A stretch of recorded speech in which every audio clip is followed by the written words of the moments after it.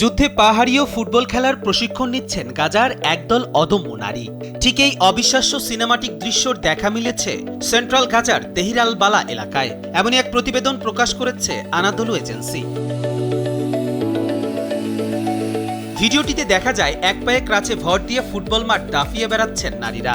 যখন America, Mexico ও কানাডায় 2026 FIFA বিশ্বকাপ নিয়ে মেতে আছে পুরো বিশ্ব, তখন গাজার এই যুদ্ধাহত নারীরা মেতেছেন নিজেদের অস্তিত্ব টিকিয়ে রাখার লড়াইয়ে।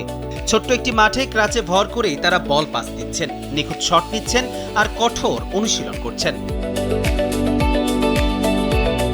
যুদ্ধে পা হারানো খেলোয়াড় রোজান খাইরু জানান, এই মাঠই এখন তাদের বেঁচে থাকার অক্সিজেন।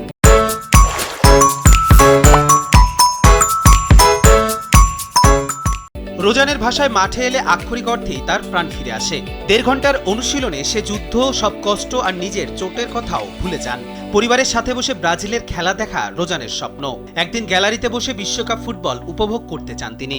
ফিলিস্তিন অ্যাম্পুটি ফুটবল অ্যাসোসিয়েশনের প্রতিষ্ঠাতা ফুয়াদ আবু ঘালিয়ন বলেন, আমরা বিশ্বকে দেখাতে চাই সুযোগ পেলে ফিলিস্তিনিরাও স্বাভাবিক জীবন ও খেলাধুলা করতে পারে।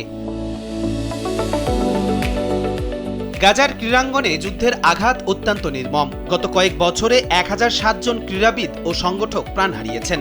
ধ্বংস হয়েছে 184টি স্টেডিয়াম ও স্পোর্টস কমপ্লেক্স। কিন্তু গাজার এই নারীদের দমাতে পারেনি যুদ্ধ। সব হারিয়েও এক পায়ে ভর করে তারা যেন ফুটবলের স্বপ্ন দেখছেন। তা এখন বিশ্বজুড়ে লাখো মানুষের বুকে অনুপ্রেরণা যোগাচ্ছে। এই লড়াই শুধু গোল দেয়ার নয়, এটি ফিলিস্তিনের হার না মানা জীবনের গল্প। কবির চৌধুরী, জয়, কালবেলা।